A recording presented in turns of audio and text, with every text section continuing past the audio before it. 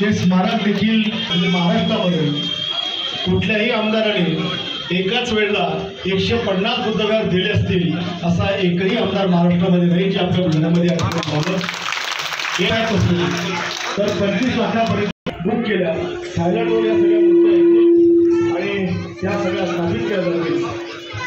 काही भंतेजी मला 8 दिवसापूर्वी भेटले आणि त्यांनी एक विनंती केली की मोठं असं भगवान गौतम बुद्धांची मूर्ती आणि एक 4-5 एकराची जागा आणि स्मारक हे जर करता असं भगवान गौतमांची मूर्ती आणि समोरचा परिसर अतिशय शांततेमध्ये असला पाहिजे, सुंदर असला पाहिजे. त्या सर्वात महत्त्वाचं